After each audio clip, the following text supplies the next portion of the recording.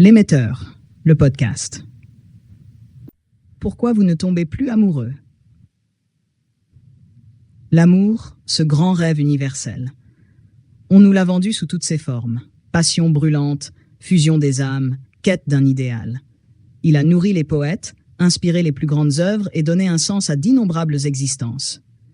Pendant des siècles, on a cru qu'aimer était l'aboutissement naturel du bonheur humain, une expérience transcendante capable d'élever l'âme. Mais aujourd'hui, quelque chose semble s'être brisé. Les grandes histoires s'effacent derrière des relations éphémères.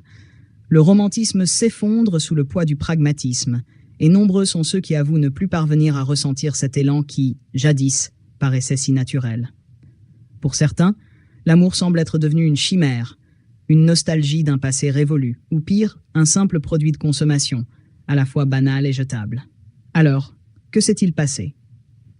Sommes-nous devenus insensibles? Désabusés par trop d'échecs? Ou bien l'amour lui-même n'a-t-il jamais été ce que nous pensions? Peut-être était-il depuis le début un mirage façonné par nos illusions et nos besoins biologiques.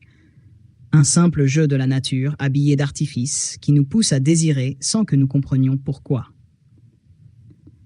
Si l'on veut comprendre cette crise du sentiment amoureux, il faut peut-être revenir à celui qui l'a analysé sans phare, Arthur Schopenhauer. Philosophe du pessimisme, il voyait l'amour non comme un idéal, mais comme une illusion.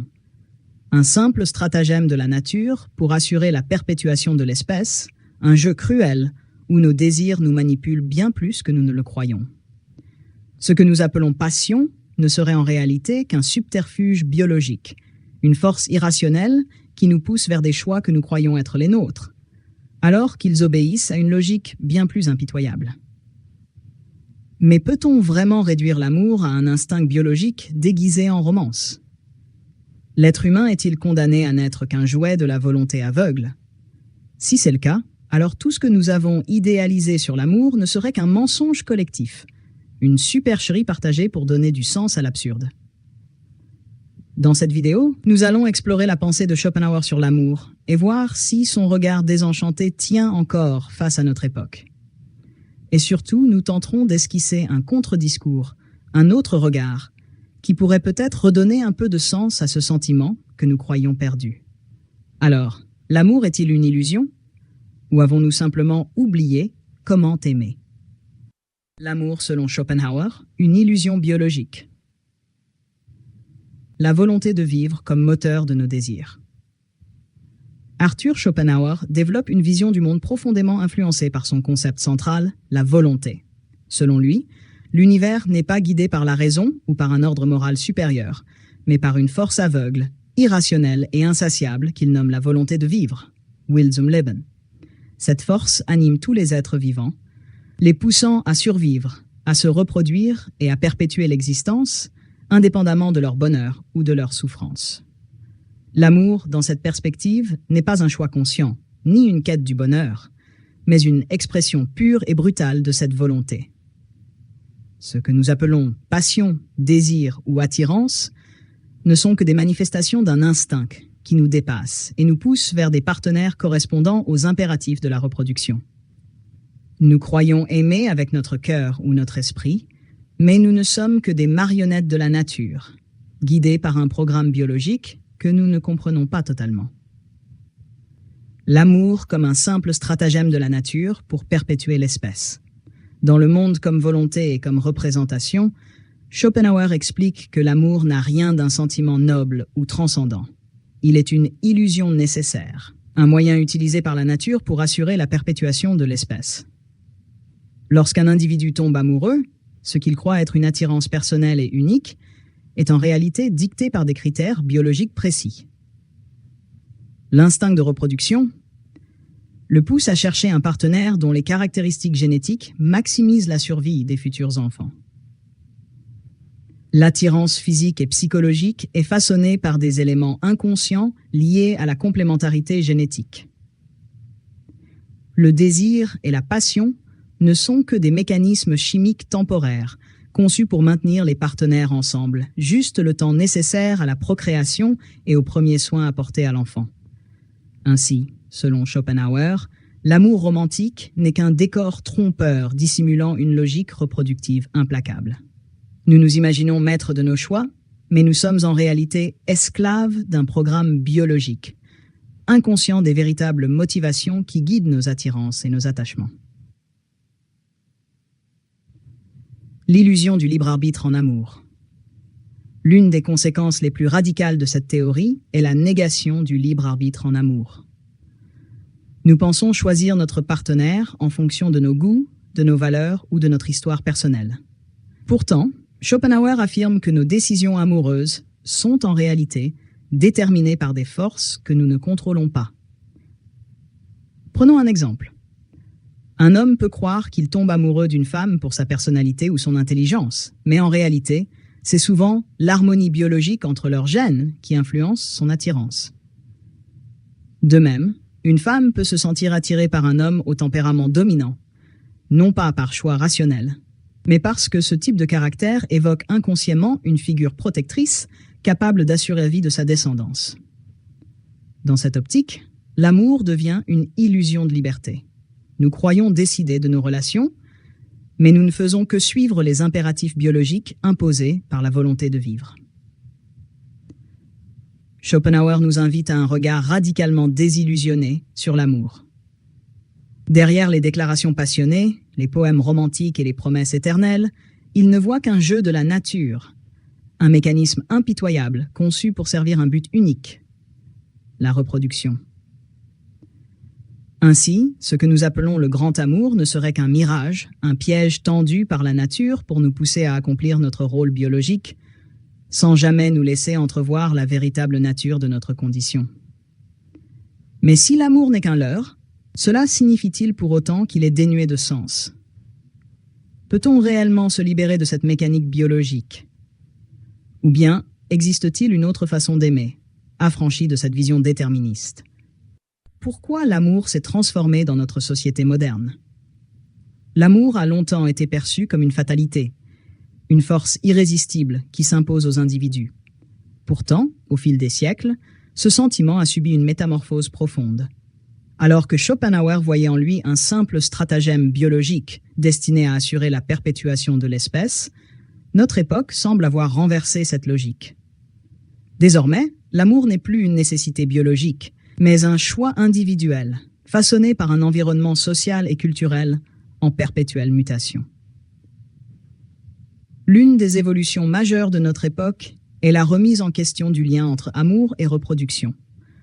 Autrefois, les relations amoureuses étaient directement liées aux impératifs biologiques: se reproduire, assurer une descendance, transmettre un héritage. Aujourd'hui, avec les progrès de la médecine, la contraception et l'évolution des mœurs, l'amour détaché de sa fonction biologique première.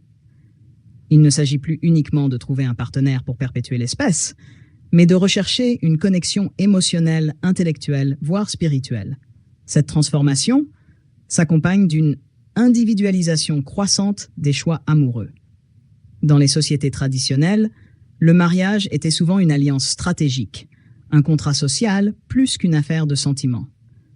Désormais, la quête de l'amour repose sur une logique d'épanouissement personnel.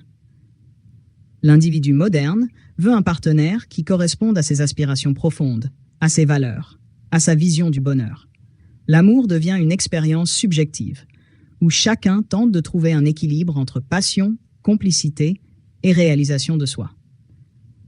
Mais cette liberté nouvelle s'accompagne aussi d'un paradoxe.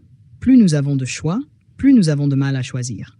L'essor des applications de rencontres, la multiplication des interactions virtuelles et la surabondance d'options amoureuses ont radicalement changé notre rapport à l'engagement.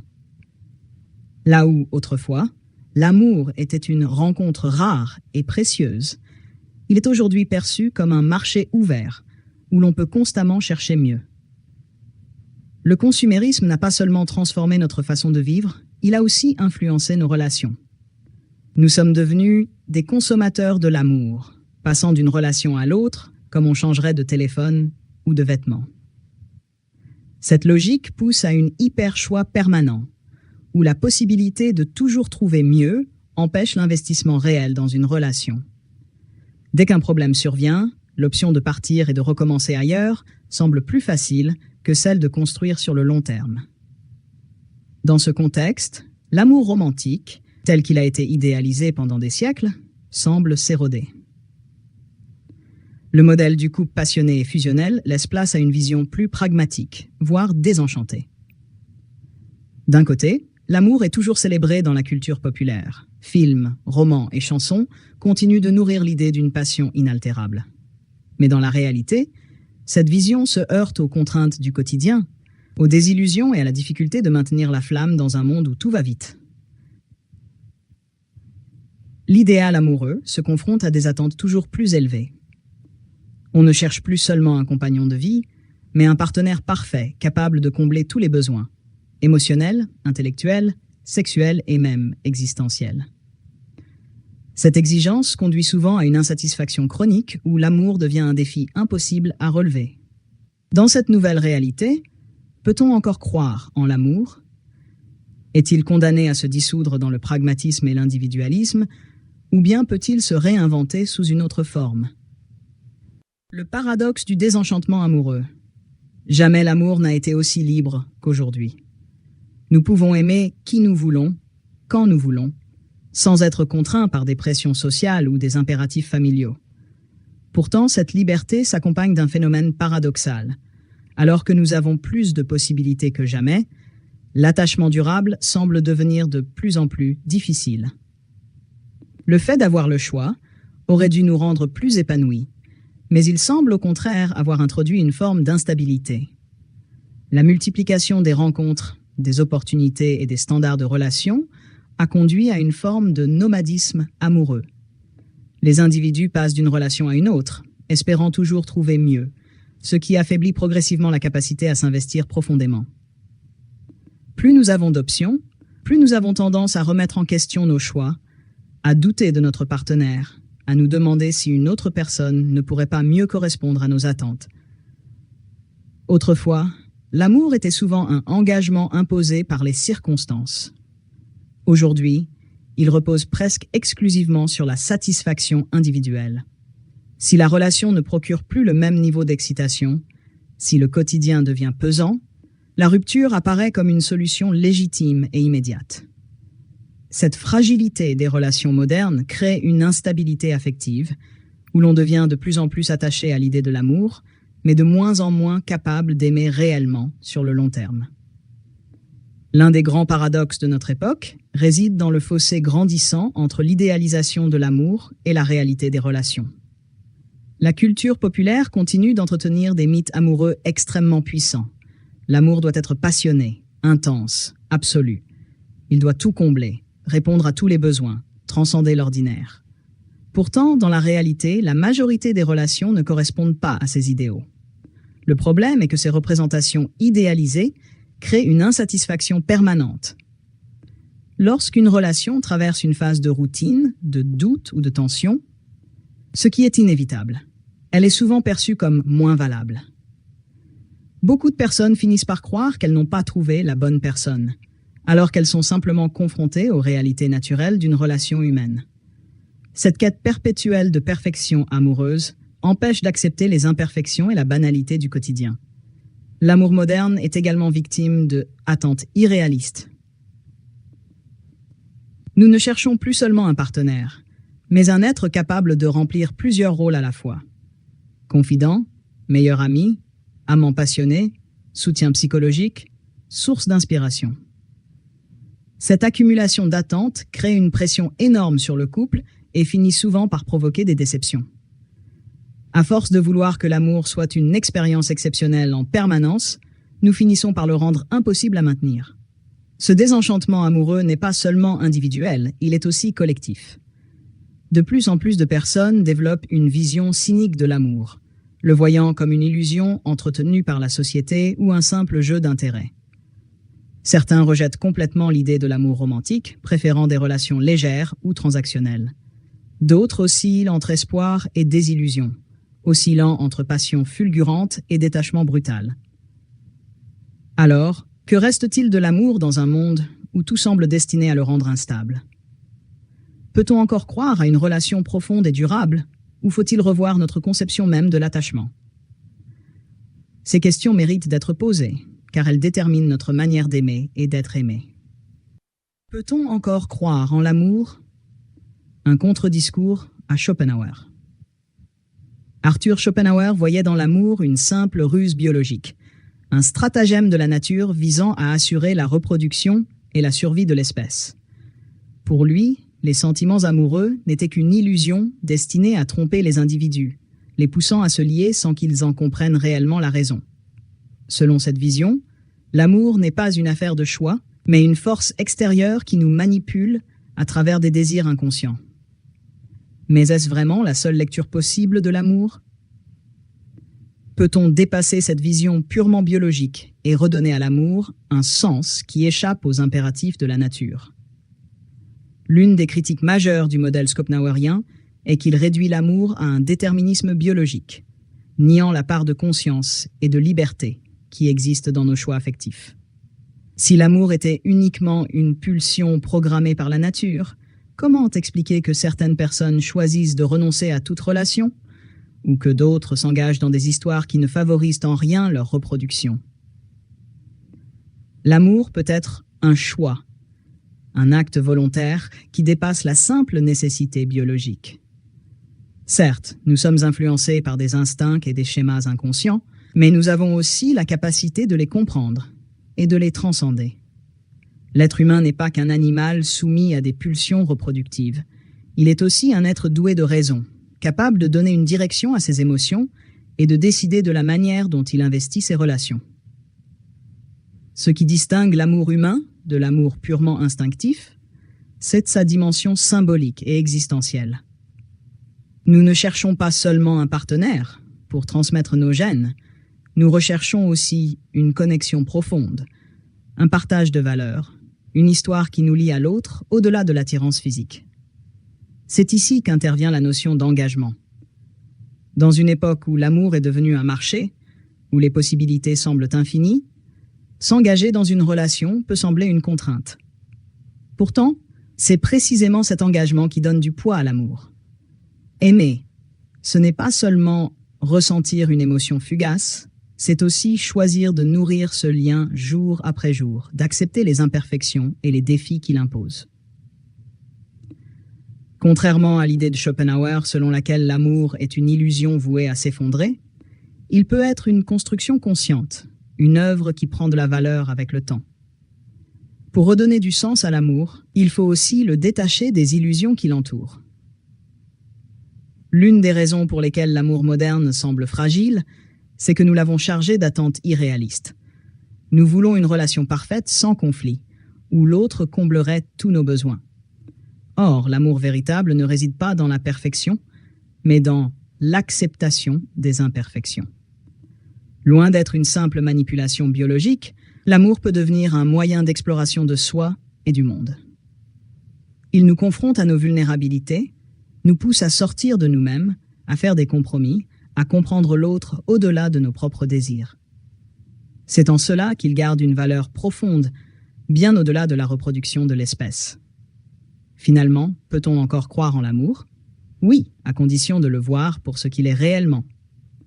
Non pas un idéal inatteignable, ni une illusion imposée par la nature, mais un choix, une construction, une aventure, qui se construit dans la durée et l'acceptation de l'autre. L'amour n'est peut-être pas toujours aussi exaltant que le fantasme qu'on s'en fait, mais il peut être une source de sens et d'épanouissement, à condition d'apprendre à le regarder autrement. C'est ainsi que se conclut cet épisode. J'espère que vous avez apprécié cette réflexion. Au plaisir de vous retrouver très bientôt. Prenez soin de vous